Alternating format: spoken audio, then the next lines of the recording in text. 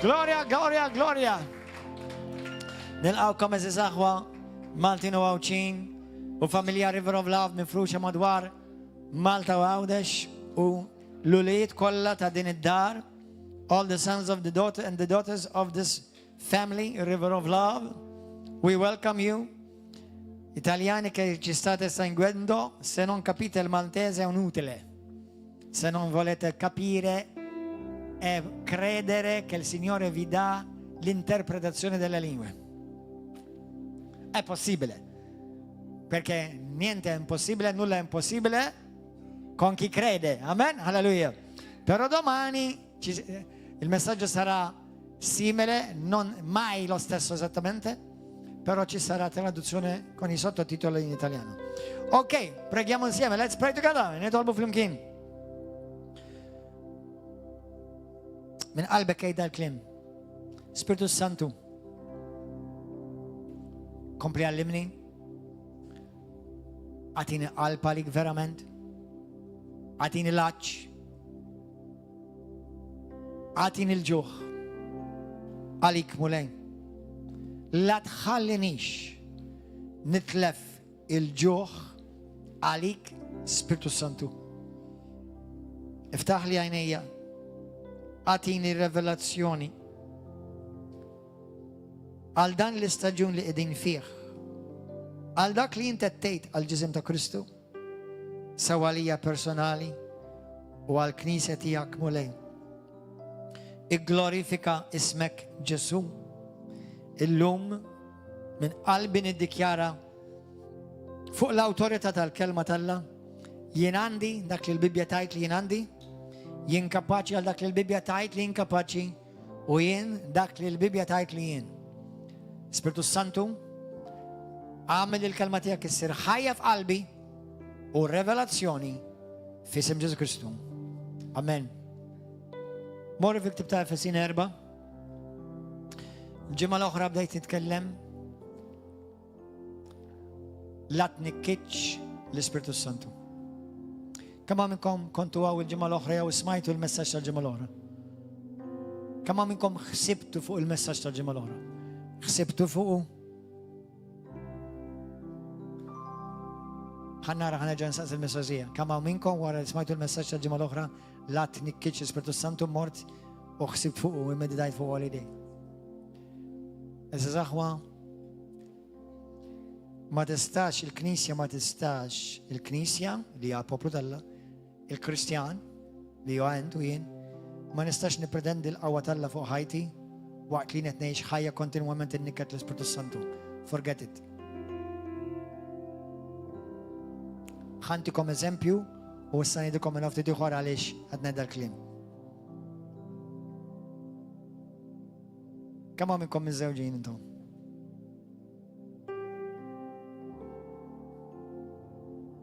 B'xi mod jew ieħor u nemmen li jekk tħobbu l-xulxin biżżejjed li ridtu tiżżewġu lil xulxin. Għamiltu għażla li tagħmlu sagrifiċċji għal xulxin. Però meta jkollkom argument jew xi ġlieda, mhux taqtija, rajt biskike, imma xi ġlieda jew argument. Kemm hawn minnkom koppja li jkollkom xi argument jew xi ġlieda u mbagħad mal-ewwel tmorru fis-soddu u tagħmlu l-imħabba fl-imkien.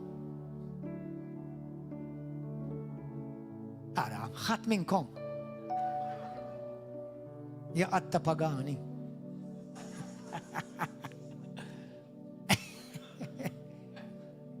Ħanejdlek kieku solvu kollox f'ħakkatajn, imma realistikament ma ssirx, ix vera. Għalhekk il-bniedem li jnikket l-Ispiritu Santu ma jistax jesperjenza l-qawwa Alla.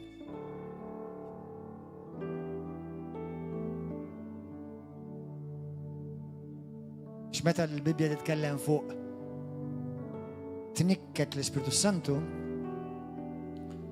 kif inti tista' tilqa l-Ispiritu Santu, timxi fir-realtà tal-Ispiritu Santu, timxi fil-manifestazzjoni tad-doni tal-Ispiritu Santu kuljum, ta' mhux meta tiġi fil-ġemma biss, meta inti kontinwament qed tnikket l-Ispiritu Santu. Dal-messaġġ jismu bil-Ingliż kieku ngħidlhom Welcome Holy Spirit. Imma many Christians are saying you're not welcome Holy Spirit. ħafna Kristjani l-Ispiritu Santu ma jgħidulux welcome. Bil-attitudni, bil-kliem, bil-kondizzjoni tal-qalb ma ngħidulux welcome, anzi aħrab lem u tersaq xlaw. Dak il-kliem ma ngħidux, dak inti Kristjan ħadd ma jgħidu dak Kristjan. Dak il-kliem imma l-aġġil, l-attitudni, l-kliemna hekk qed nagħmlulu. Morru fil-Ktieb ta' Efesini 4. ħallejjina u inti, il-mulej, xi kultant meta l-mulej tieni messaġġ, apparti li jekk kum il-Bibja jkun tajjeb. Jekk ikun skont il-kelma tal-Alla jkun tajjeb. Imma saqsejt l-Ispirtu tal-mulej, għaliex tridni nitkellem fuq fuq dawn il-messaġġi bħalissa. Ġo qalbi li l-mulej qedlu dawn il-messaġġi kienu jkunu bomba kieku għal Holy Spirit Conference. Issa mhux il-Holy Spirit Conference, issa u ovvjament l-Ispiritu Santu ma jridx jiġi indirizzat biss waqt il-Holy Spirit Conference u mbagħad il-kumplament tas-sena ninsejħu. Sewwa. Imma laqas jkun Holy Spirit Conference mhux ħadkun biżżejjed, il-Holy Spirit Conference 5 ijiem, bosta kelliema u xorta waħda jekk kollha kemm aħna kopaċi nippredikaw xorta mhux ħajkun biżżejjed. Ħajkun hemm messaġġi li Alla jrid ifakkarna fihom regolari. Jiena u inti żomm di f'moħħok aħwa. Kristjan mhux maħluq biss just biex jiġi l-Knisja u jkollna nice gospel service. Sabiħ u hemm postu u hija parti mill-pjan Alla li ninaqdu nixxierku. Ma Kristjan huwa maħluq biex jirrevela ir-realtà ta' minu Alla u minu Kristu lid-dinja.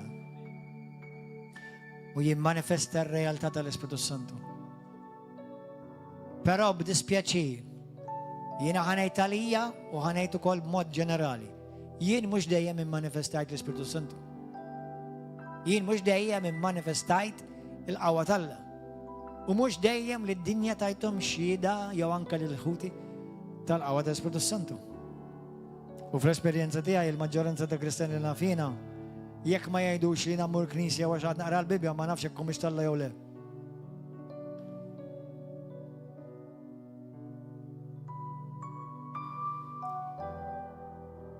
Allura hemm ktieb famuż ta' Benny Hinn jismu Welcome Holy Spirit. Jekk ikollok ċans aqrah. Ktieb famuż tajjeb, classic, sar classic issa. Jogħġbok u ma jogħġbokx Benny Hinn, tħabbelx rasek. Alla mhux qed jistaqsik l-opinjoni tiegħek. Kulħadd irid jiġġudika, Alla ħiġġudika lil kulħadd b'mod individwali mingħajr ma jsaqsi l-opinjoni tiegħek. Imma qed insemmiħ għax huwa ktieb popolarissimu. U nemmen li huwa ktieb tajjeb. Imma parti minn hekk, il-Welcome Holy Spirit nilqak merħba Holy Spirit u Spiritu Santu mhux ktieb, suppost għandha tkun ir-realtà tiegħek. Kuljum. Ħanejdilkom xi ħaġa ħwa. Kuljum itolbu bil-lingwi. Ħafna. Pray in tongues a lot. Meta titlob bil-lingwi, you're keeping qed iżomm l-ispirtu tiegħek imqanqal, mħeġġeġ. Ħalli iktar issir konxju u sensittiv għall-Ispiritu Santu madwarek. Fil-Ktieb ta' Efesin, kapitlu 4, Pawlu qed jikteb lill-Kristjani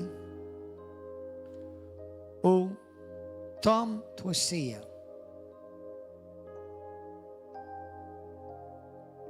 Halleluja. Min vers 25. Anzi ħana qara l-ewwel vers 30. Tniktux l-Ispirtu Alla. Tniktux l-Ispirtu Alla. Il-kelma tnikkitx l-Ispirtu Santu fil-Grik u hemm xi ħaġa simili wkoll fil-Ktieb ta' Ġakbu fuqha se narawha. ġejja mill-kunċett ta' meta u mara u raġel titkisser bejnietom dik il-laqda ta' mħabba. Jiġifieri meta mara jew ir-raġel iħossuhom jew ġew it-traduti mill-raġel jew mill-mara. It-tradut jiġifieri tħoss li r-raġel tiegħek tradik jew il-mara tiegħek traditek. Issa hawn diversi tipi ta' tradiment. Naħseb wieħed mill-iktar koroħ huwa meta jkun hemm ovvjament ir-raġel jaqlibha lil martu jmur ma' mar oħra u jabbanduna żwieġ. Jew nkella bil-kontra, jew il-mara titla' lir-raġel, titradixxi liż-żewġa u tabbanduna dak il-patt ta' żwieġ.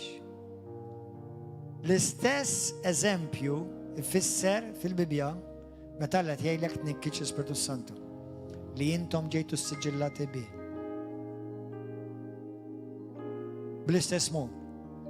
Għaliex jiena u inti l-Ispiritu Santu Ġesu tawulna bħala iċ-ċurkett tal-engagement. Kontu ta' fuq dan?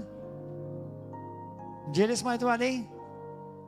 Id-down payment bil-Ingliż jgħidulu, il-ran bil-Malti, ma mhux kelma nużawha ta' spiss. Naf bija x'qiegħda fil-Bibja bija qatt ma żgħidha f'ħajti. Il-kapparra. Down payment bil-Ingliż. Xi ħaġa ġifieri jinti ġa xtrajtek, inti diġà tiegħi, diġà ħallast għalik u ġej għalik. Dak Ġesu. Dak għamel Ġesu. Diġà xtrana, diġà tiegħu. Bħalma Marija kienet miż-żewġa ma kienx għadha miż-żewġa. Mażula diġà dedikata u lesta għal Giuseppi, imma f'kunċett ludi jekk inti tinqabad pregnant meta inti diġà suppost imwiegħda għandek il-kapparra ġejt diġà mixtrija u inti titradixxi lil żewġek jew il-martek hija dnub serju. Sansita tista' tiġi imħaġġar u maqtul.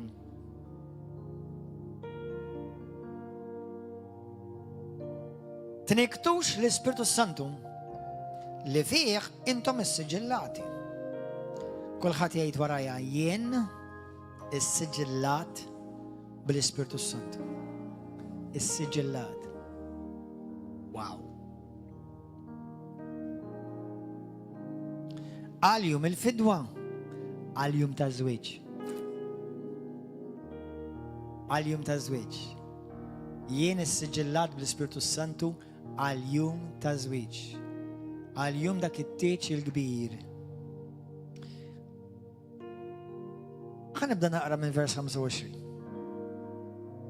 Warbu minnkom il-gideb u għajdu l-verità u jħajt li liħu.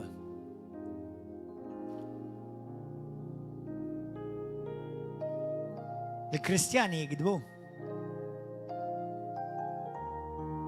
Jikdbu l-Kristjani?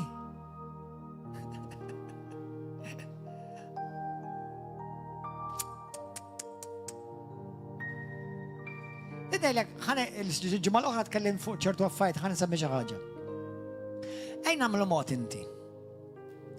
Ġie xi ħadd jew smajt mis-social media jew fuq xi news minn xi ġurnaliżmu tal-bigilla.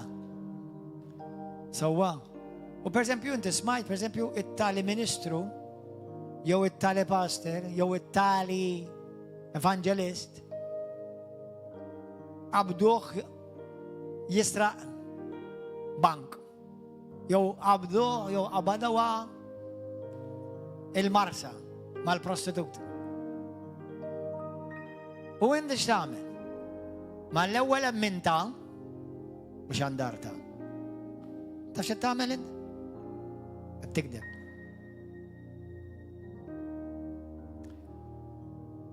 Fil-ġisem ta' Kristu jeżistu Kristjani li jridu jagħtu rendu kont il-Alla xi darba qabel jekk ma jindmux. Li xerdu gideb fuq aħwa u minħabba dak il-gideb m'għadhomx iħarsu lejn dak il-ħuja u l-oħt u ma jkellmuhomx. U dak il-povru brother jew il-sister ma jafux għaliex din mhux qed tkellmu, ma jafux għal dan mhux qed jkellimni, għaliex mhux jkellimni, xi ġara x'għamiltlu. U jgħidu li pastor ma nafx għaliex dan mhux qed tkellimni dik. Ma nafx għamiltilha, jew ma nafx għamillu, jew x'għamiltlu, x'għamiltlu. tidnajdlek. Kien hemm xi Kristjana. Jew xi Kristjani li jaħseb li huwa l-Pulizija tal-Ġisem ta' Kristu. Xerred gidba fuqek, dik amnita, u issa dik il-gidba, dik hija ħatja tal-gidba li gidbet li dak gideb. Dik amnita u issa probabbli tixxerrida. U issa l-relazzjoni ta' bejnietkom tkissret. Dak id-dnub apparti li hemm gidba, dik il-realtà tnikket l-Ispirtu Santu. Tnikket l-Ispirtu Santu. Ġifieri tibda isek inti, isek qed tara. Isek qed tibda l-proċess ta' divorzju minn mal-Ispirtu Santu.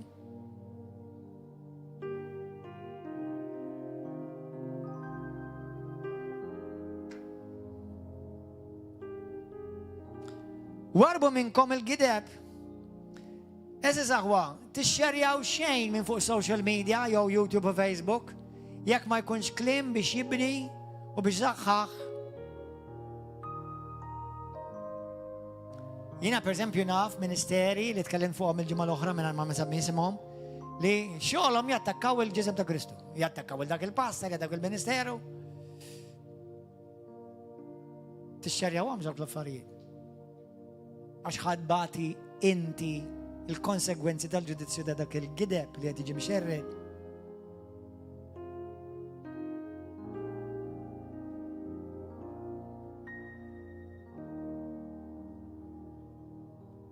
Għajdu l-verità wieħed li hu. Għax aħna membri ta' xixin. Tinkorla, tirrabja. Taf li tirrabja wieħda, ir-rabja wieħda miġnub. Hemm tip ta' rabja. Hemm rabja u rabja. Hemm rabja li miġnub, jekk inti tara inġustizzja jara tirrabja. Jekk tara inġustizzja tirrabja. Jekk tara jinnna bħalma ġili nara fuq il-Facebook, xi raġel iġibu xi biċċa hekk, xi raġel isawwat mara, jew tifel, jew isawwat kelb, u jaqru kelb, jew dak l-affarijiet jirrabjawk. Sewwa. Meta tara turru n-nies jinvadu vajjis u jaqbżu l-karozzi u jkisru ħġieġ u jidħlu fid-djar. Dak l-affarijiet jirrabjawk.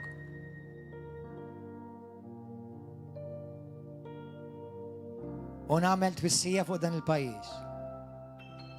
Ħanagħmel twissija profetika u minn għandu bidden biex jisma'. Jitolbu għal pajjiżna u għal xtut pajjiżna. Għaliex dak li ġara fi Spanja, daw l-aħħar ftit sigħat, kien hemm kelma profetika ftit xhur ilu li raw l-istess jiġri f'Malta. Bid-dajjes, invażjoni fuq dajjes, jiġu fix-xtut ta' pajjiżna. Itolbu biex ma jseħħx. Itolbu biex ma jseħħx.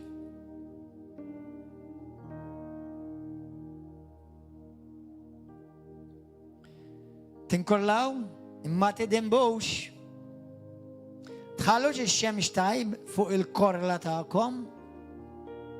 Ġifieri, jekk jitlaqlek ftit għal ftit ħin u terġa' tikkalma kollox malaj. Ma sax tibqa' arrabjat salada u sapitada u ġimgħa wara irrabjat.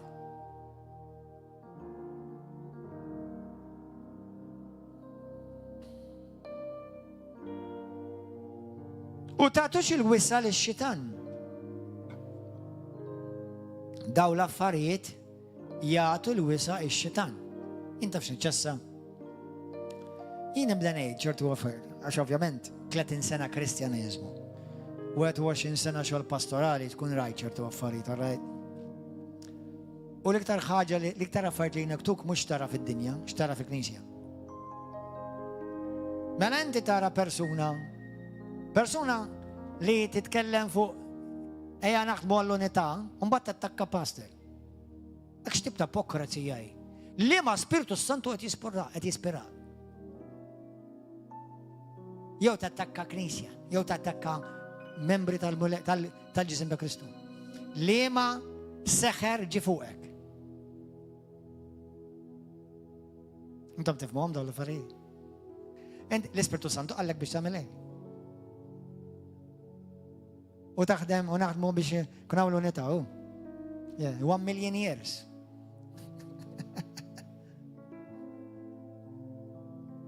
Għalix, inti ħanil, inti ma tistax. B'delit infaħrek, un bad b'delit inċabċapili. Dik tissejjaħ ipokrizija. U forsi l-bniedem, mux kulħadd hemm min għandu biżejjed terf li jaraħħa wkoll. Imma l-Ispirtu Santu jara. Mbagħad mhux bil-fors darek titfarrak, mhux bil-fors żwieġek jitfarrak, mhux bil-fors imbagħad uliedek irrebellużi. Għax inti qed tiżra l-witchcraft is-seħer u tgħid l-Ispirtu Santu welcome, jgħidlek nini nini.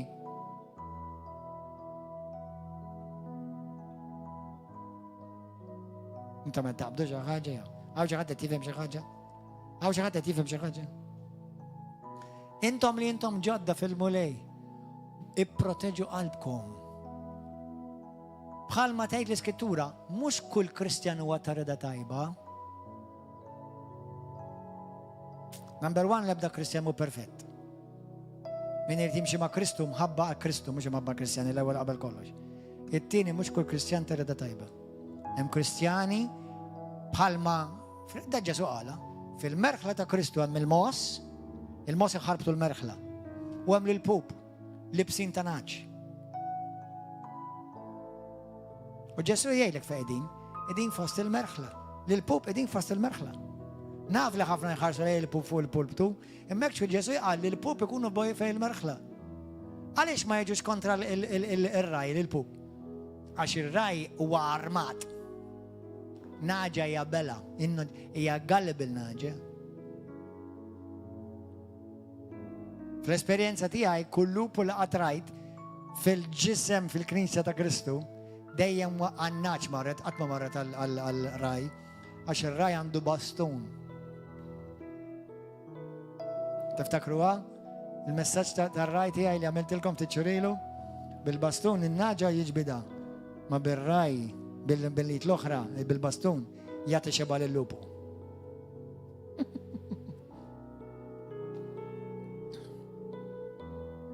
Halleluja. Spiritu Santu kellimna. Imma tidimbux, tħallux ix-xemx tajb fuq il-korla tagħkom u tagħtux wisa lix-xitan. Iqis il-ħalli li ma jisraqx aktar. Jara, da x'kien. Mhux ovvja l-ħalli li mhux suppost jisraq iktar jekk kien Kristjan.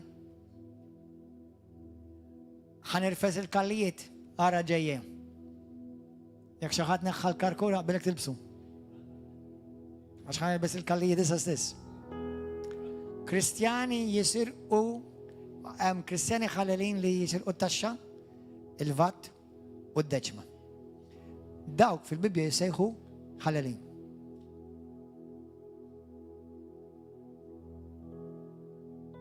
Intom qed tisirquni l-poplu kollha, hekk qal Ġesu. Kama minnkom temnu li Alla tattas minn qadim huwa Ġesu. Ġesu jekk qallem f'Malakija 3. Għallilhom intom ħallelin.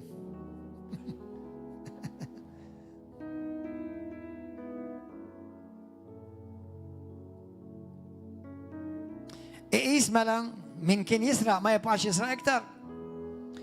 Imma jaħdem bl-onesta bidejh biex ikun jista' jgħin lil min ikun fil-bżonn.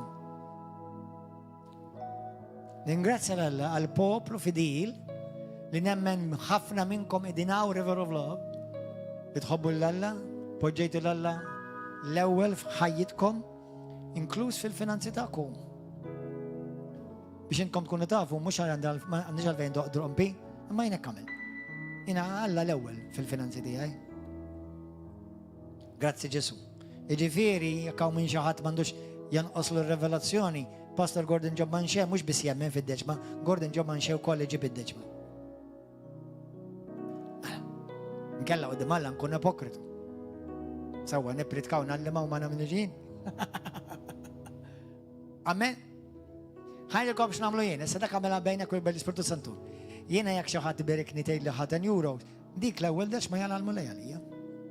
Jekk xi ħadd itini 1000 lura, s'issa daw ħadd ma tani 1000 lura. Imma L-ewwel deċman tiegħi l-mulej. Anka di xirrid jien. Ħadd ma jħossu ħażin, dix nemmen jien. Di mhux obbligu tagħkom, dix nemmen jien. Jekk xi ħadd jitini rigal tal-birthday, jiena minna dik kienet id-deċman il-mulej. Inti m'għandek l-ebda obbligu, ħadd ma jħossu, allura kif nagħmel, ara ma jfissirx tagħmel hekk għax qed tlaqiyi. Imma l-Iskrittura tgħidlek from all your increase. Proverbs 3 verse 9. Midħul kollu tiegħek. Imma biex ngħidlek għaliex biex għax dawn l-affarijiet jittestjawlek qalbek. Għax faċli ngħid inħobb il-mulej. Kemm nagħti u kif nagħti jirrevela kemm jien vera nħobb lil Alla. Suppost kollox huwa tiegħu. Amen? Halleluja. Ebda kelma mhux xierqa m'għandha toħroġ minn fommok. Kristjani. Ħajdolkom kliem mhux xieraq m'għandux joħroġ minn fomm Kristjani. Number one, mhux l-ewwel darba nisma' Kristjani meta jitilgħulhom jidaw ukoll. X'inhi? Tolli xi dejk, alright? Imma naf li hawn Kristjani, ġieli smajtkom jien, kif jitlaqlek tidajjent. Kif jista' jkun? Inti m'għandix tinduna li qed nikket l-Ispirtu tal-Alla fik. Issa, forsi dejlin ma nidajx balla, imma once again, kliemek kif tużaħ biex tibni jew biex tkisser. Tista' timmaġina l-kliem Kristu joħroġ, dak il-kliem joħroġ minn fom Kristu? Il-kliem li tgħid kuljum. Anka l-kliem li tgħid fuqek. Ħanidkom mod kif ħafna Kristjani niktu li l-Ispirtu Santu l-qas jafu. Forsi mhux dnub per se, però ħanejdilkom minn ċertu punt. Arawa minn ċertu punt oħra. Minn ċertu punt huwa dnub. Kemm minnkom temnu li l-kelma tal-Alla, l-Bibja hija l-kelma tal-Alla? Temnu għadi? Jekk tmur kontra l-kelma tal-Alla inti x'tissejjaħ? X'tissejjaħ? Jekk jiena mmur kontra dak li jgħid Alla, ngħid il-kontra dak li jgħid Alla. Mela ħanerġa' ngħidha, jekk jien ngħid kontra dak li jgħid Alla fuqi, jien x'nissejjaħ? X'jiex? X'jiex? Kemm għal-giddib minnkom hawn? Taf kemm hawn giddieba?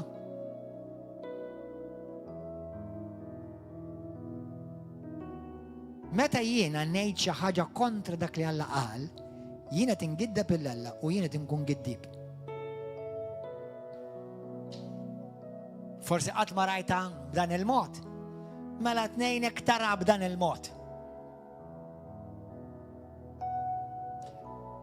Għax jien misħut. Stanna ftit, int Kristjan? Ija pastor, jien Kristjan. Min qalek li int misħut? Għax għandi saħta ma jistax neħles minna. Miskin il-bambin tantu żgħir. Ja ħasra ma jiflaħx għal din is-saħta dati hija kbira. Dik kienet kbira wisq. U int tgħid li Kristjan jew Kristjana u ħin kollu sejra għax jiena misħuta. Għax jien misħuta. Int giddieba żgur.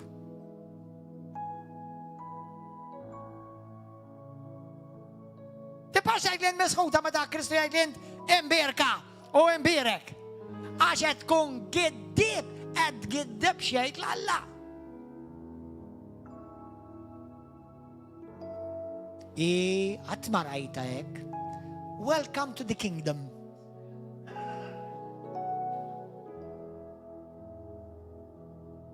L-Iskrittura tgħidilna li aħna għandna nimitaw l-Alla, Efesjin kapitlu 5 vers 1. L-ewwel Korintin 11 tgħidilna għandna nimitaw il-Kristu. Sewwa u postijiet oħra. Tisma' l-Kristu jitkellem hekk. Tisma' l-Ġesu x'imkien jitkellem hekk. Mela għalien qed tisma'. Tidejlek pastors jitkellmu hekk.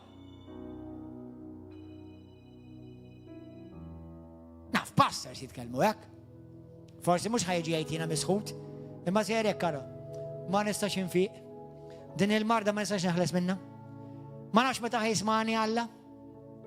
Int pastor.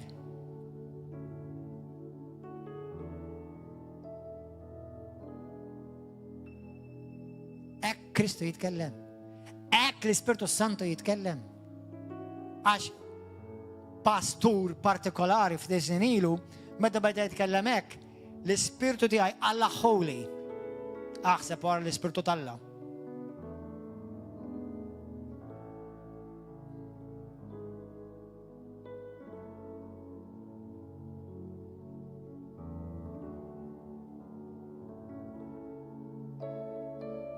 Qatt ma rajta hekk. Kemm hemm affarijiet qatt ma rajt qalbi tiegħi. Għalhekk itlob l-Ispirtu Santu jiftaħlek għajnejk.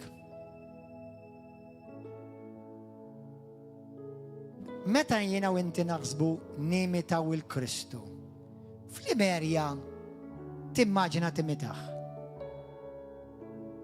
Kif jaġixxi? Kif jitkellem? L-attitudni?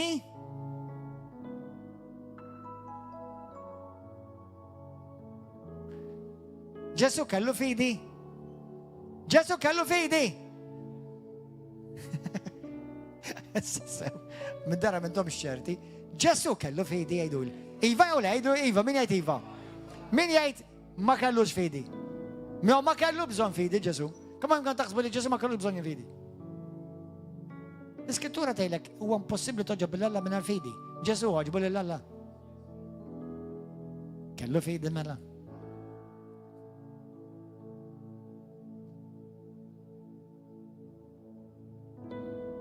Amen.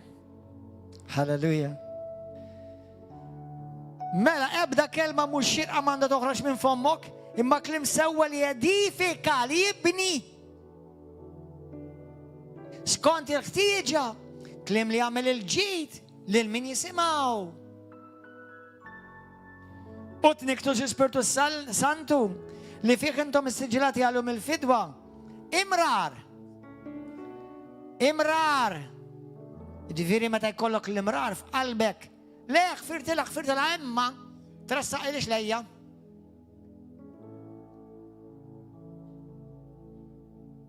Jew qed tistenna l-ħuk biex ifalli, ħalli tgħid tara fl-aħħar Alla ħaqqu.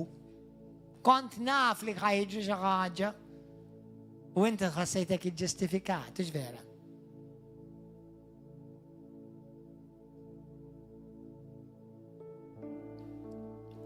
Kulħadd jgħid warajja minn qalbek, Spiritu Santu, minn qalbek jgħidha. Intom taf li tista' tidneb kontra l-Ispiritu Santu? Mhux qed ngħidlek idnu bla ma jinħavirx. Imma l-Ispiritu l-Bibja tgħidlek inti tista' tidneb kontra l-Ispiritu Santu ta'. Jiena nista' nidneb kontra l-Missier, kontra l-Ġesu, kontra l-Ispiritu Santu. Tgħidli mhux kollha xorta iva, imma huma Alla wieħed imma tliet persuni differenti. Ġesu jagħmel ċara li hemm dnubiet li huma kontra l-ben Alla u hemm dnubiet kontra l-Ispiritu Santu. Issa dan id-dnub jista' jinħafer. Imma tkun qed niktu. Allura inti tittejlu Spiritu Santu u għajduha flimkien. Ejda Spiritu Santu minn qalbi aħfirli ta' kemm il-darba nikkittek.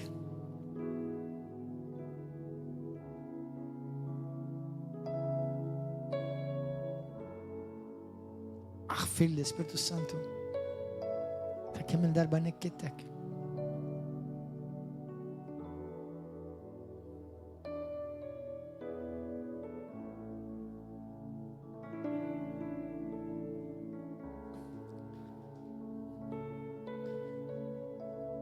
Meta inti ma m'għamilx l-affarijiet sew ma' ħuk u moħħtok, nikkit l-Ispiritu Santu taf. Taf li nikkit l-Ispiritu Santu għax jissejjaħ l-Ispiritu ta' rikonċiljazzjoni. Le mhux tal-li ma' rikonċiljajt, tal-li ċempilt ruxma ta' aħwa tgħidilhom kontra ħuk u kontra oħtok.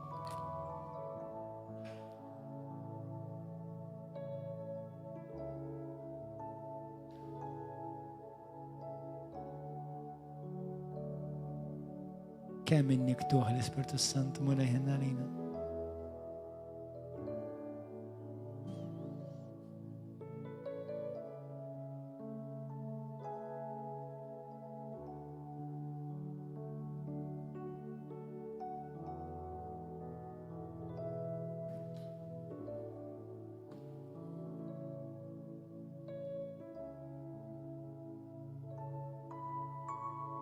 meta jiena tinniket l-Ispiritu Santu, taf xed ngħidu l-Ispiritu Santu? You are not welcome here. Mintix. Mhux merħba bik hawn. Ħafna modi ta' meta għandek knejjes u movimenti sħaħ li attribwixxu il-qawwa tal-Ispiritu Santu mad-demonju. L-Ispiritu Santu ilu li ħarab.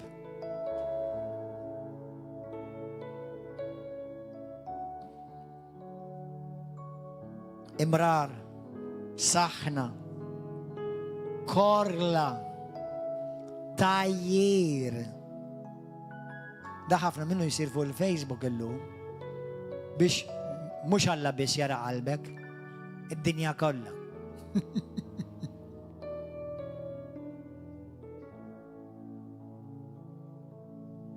Ajjat mhux jiġifieri xejn halleluja ta' u praise the Lord. Ajjat jiġifieri out of order. Dan kollu warbuh minnkom. U l-koll kull ħażen ieħor. Kunu twajba ma' xulxin. Ħennu għal xulxin. Aħfru lil xulxin bħalma ħafel lilkom fi Kristu. Alla. Morru ġagbu, nispiċċaw b'di. Ġagbu 4. Grazzi Ġesu.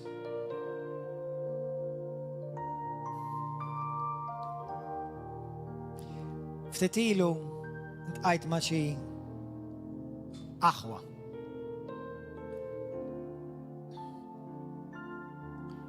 Li bħalissa qed jiklu mill-mejda tad-dinja.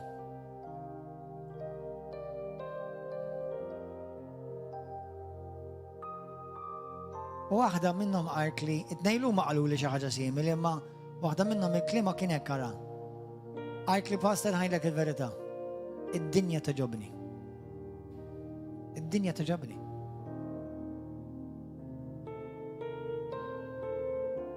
Nixtieq ingawdi.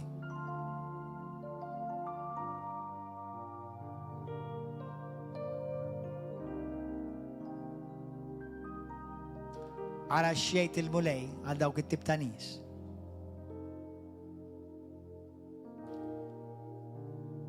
Vers 1. Ġagbu, kapitlu 4.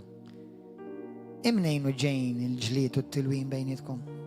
Jaqgħu da mhux minn dan mill-passjoniet li hemm jitqabdu ġisimkom. Tixtiequ ma ssibu xejn imbagħad. Skużawni. Ġagbu kapitlu 5 mhux kapitlu 4. Anzi stenna ftit.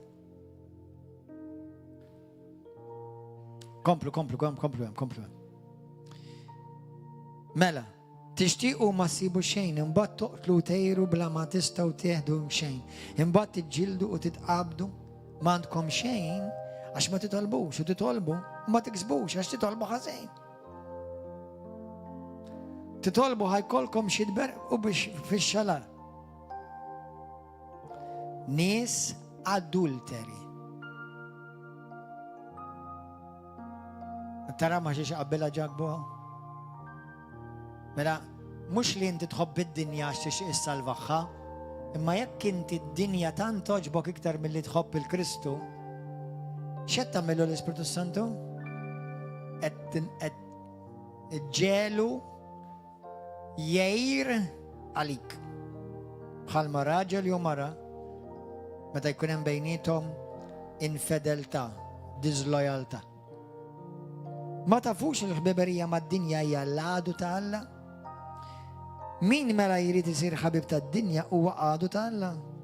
Taħsbu li għal xejn l-Iskrittura tgħid l-Ispirtu li jammar fina jħobb b'imħabba jura u jagħti grazzja akbar u minn hekk. Għalhekk l-Iskrittura tgħid Alla jieqaf lil gburin u jagħti grazzja lil umli. Mela għodu għar-rieda tal-Alla, ifqu lix-xitan u hu jaħrab minnkom. Ersqu lejn Alla u hu jersa' lejkom.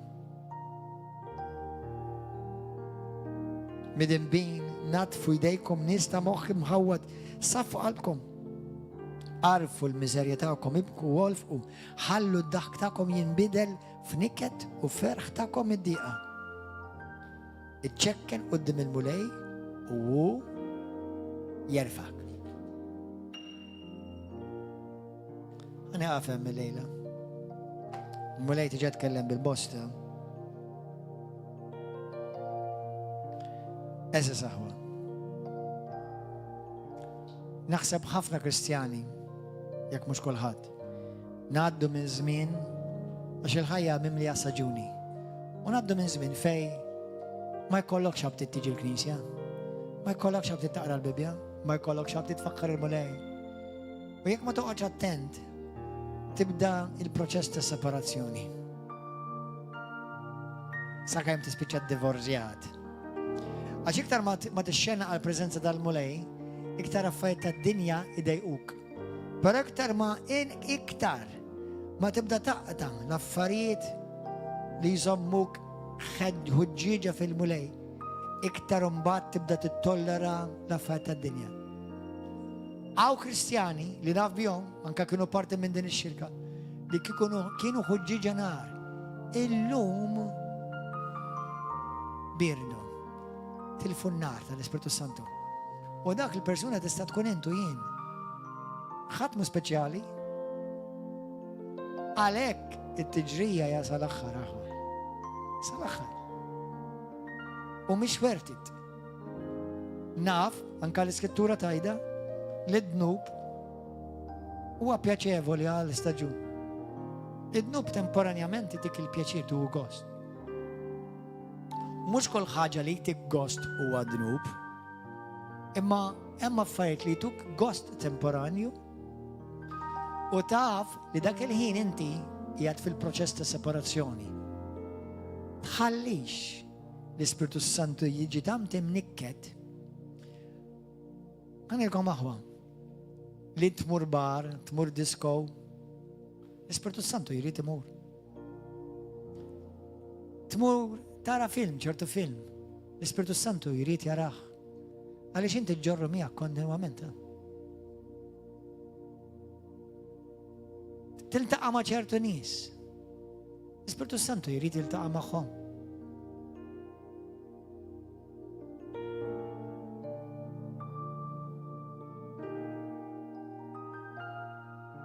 Għaliex l-Ispiritu Santu jitnikket? Għaliex jiddispjaċih. Jissedin dispjaċih.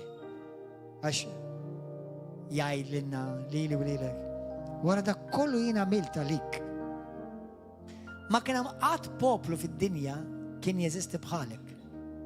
Li Alla tal-eżerċiti jammar fik. Qatt. U jiena llum nammar fikkom. Daqshekk tapprezza l-preżenza tiegħi fik. U aħna naħseb kollha kemm aħna ħati. Li xi kultant ittollerajna affarijiet li spiċċajna niktu l-Ispiritu Santu. U jekk inti tinnota u niftakar darba kien qala ministru kbir tal-Vanġelu dan. Għal meta niktu l-Ispiritu Santu, l-Ispiritu Santu jerġa' iħeġġek. Imma xi kultant meta inti tagħmel żmien timxi mal-mulej, tibqa' sensittiv tiegħu, toqgħod attent xi joħroġ minn fommok. Jekk tisbalja tindem mal-ewwel, tibda tinnota, tibda tikber spiritualment, tibda tħossok tajjeb. Il-moment li tikket l-Ispiritu Santu u tnaffru, tħossok titterġa' tibda mill-bidu. Titterġa' tibni. Qed tifhmuha bħal relazzjoni ta' bejn mara u raġel ta' żwieġ. Għalkemm hemm il-patt ma m'hemmx il-għaqda, m'hemmx dik ix-xirka, m'hemmx dik il-fellowship koinonija. Għalkemm Alla ma jabbandunak, imma tista' talaqlu ħalq u tniktu. U ma jkun jista' jagħmel xejn f'ħajtek. Naħseb fi żmien li aħna deħlin, jiena u inti, dil-ġimgħa nirringrazzja l-Alla inni meħlus ġimgħa I've been delivered for 1 week. I had a deliverance. Yeah, I had a deliverance. I had a deliverance from Instagram and from TikTok.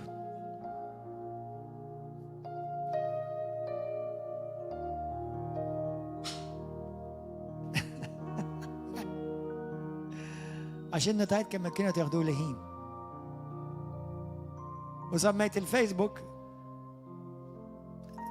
is-sekret nuża TikTok jew Instagram, nidħol fuq il-computer ma mhux daqshekk qed tkun faċli biex tidħol nidħol fil-computer nispiċċa ma nagħmel xejn. Allura jekk irid intella video daqshekk noħroġ. Imma meta jkun fuq it-telefon, ħin kollu notification. U titċekkja ovvjament. U tispiċċa fis-sakra bil-Instagram, bil-TikTok, bil-Facebook u tispiċċa tnikket l-Ispirtu Santu u inti tmur tfittex il-Ġesu u l-Kristu u jitlalek l-Antikristu u tinnota li l-Antikristu huwa Gustus.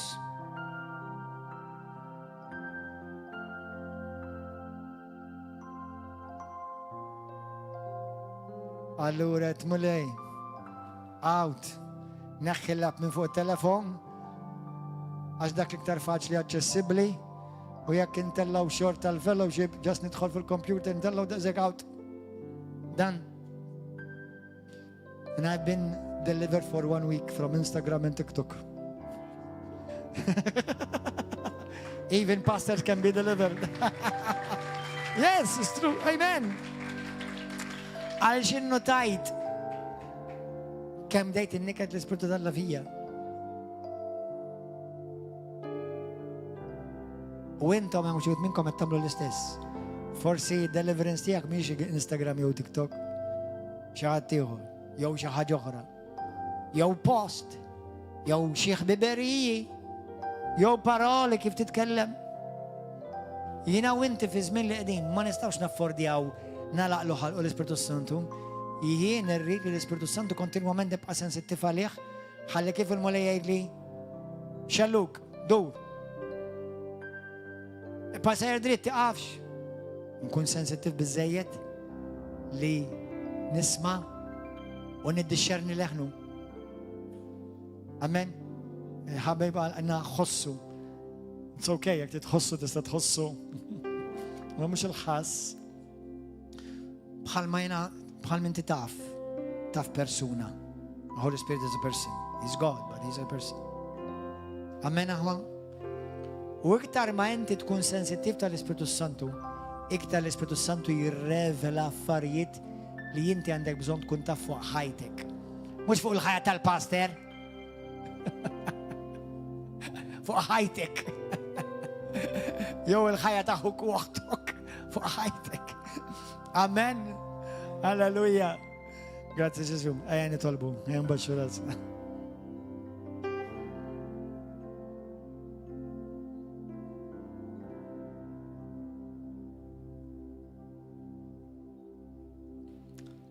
Kulħadd jitlob miegħi issa stess. Mhix Qadis. Grazzi ta' din il-kelma. Urina mulej. Spiritu Santu urina. Biex aħna ngħixu ħajja u kif għandna ngħixu din il-ħajja li inti tħossok dejjem welcome. Dejjem il-qoħ. Urina Spiritu Qadis. Fejn għandna affarijiet li għandna rridu nqaġtuhom. Nies li inti tixtieqna li nkellmu u nilħquhom mulej u ngħidulhom kelma ta' kuraġġ, urina minn huma dawn nies. Urina d-direzzjoni ta' ħajtna mulej. Meta biex nagħmlu pass, nażlu xogħol, nażlu business, nażlu karriera. Għallimna Spiritu Santu biex kontinwament inti ngħixu fil-pjan perfett tiegħek mulej. Għal darba oħra aħfilli fejn jien nikkittek Spiritu Qaddis. Aħfilli mulej. U bħalma tgħid Efesin 4. Għamel li minn fommi joħorġu kliem biss biex jibni, biex jedifika, biex inkoraġġi. U biex lilek inġiblek glorja mulej. Mulej uri l-poplu tijak, l-Ispiritu Qaddis tijak, affarijiet li għandhom bżonn iqaġġtu, affarijiet li għandhom bżonn ineħħu minn ħajjithom. postijiet li għandhom jifqu jiffrekwentaw, affarijiet li jaraw ta' spiss jista' jkun mhux bil-fors huma ħżiena minnhom infushom imma saru idolu. Jokkupawna aktar ħin ma' daw l-affarijiet ta' bla sens milli ħin prezzjuż fil-preżenza tiegħek. Kint il-lejla smajt dal-messaġġ u tibda ħajja ġdida mal-mulej. Kun salvat, kollok il-ħajja dejjem, kun maħfur. Kun m'għandek tagħmel minn qalbek ara fil-Ġesu bħala s-Situ Salvatur tiegħek. U għejd it-talba waraj minn qalbek, sempliċi ma minn qalbek. Mulej Ġesu. Nemmen fik b'qalbi kollha. Aħfil li d-nobbieti mulej. Fejn jien inqastek id-dispiċini. Nemmen Ġesu li inti liben tal-ħaj li mittalija fuq is-salib u li permess tal-mewt u l-qawmin tiegħek, inti fdejtni. Ejja f'ħajti, poġġi fuq tron ta' ħajti u għallimni mulej kif inħobbok, kif inqimek u ngħix għalik. Spiritu Santu għajni biex nitgħallem ngħix il-ħajja f'liema inti dejjem mil-uħ u merħba bik. Welcome, Holy Spirit, in my life. Merħba, Spiritu Santu. Irrid iktar minnek. I want more of you, Lord.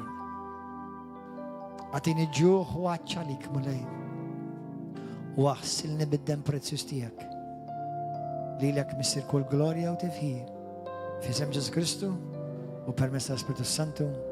Amen. Halleluja. Għata ġabxibak bil mulej zizaħu. Halleluja. Għajan ummu bil-wifqa. Halleluja. Il-lejla għaw xaħat għandek uġieħ fl-ispina ta' darek. Dak persuna minni għandek uġieħ fl-ispina ta' darek. Għalli dek, jek għaw xaħat għandek uġieħ fl-ispina ta' darek, għaw xaħat ma isfel mal-ċintorin ta' darek, jek dal-persuna janti oħroġ issa stess. Oħroġ issa stess għaw barra. Oħroġ issa stess. Halleluja, grazzi Ġesu. Grazzi Ġesu. Min iktar jek kint tax tistħi. Oħroġ issa stess. Għal daw kolla li jintom qed issegwu, nħeġġiġkom biex intom tkunu magħna għada fil-ħodu u il-mulej berikkom, ix-xerjaw dal-video jekk inti berikt minnu ħalid birek il-ħadd ieħor bih. Il-qbija l-paċi magħkom narawkom għada. God bless you.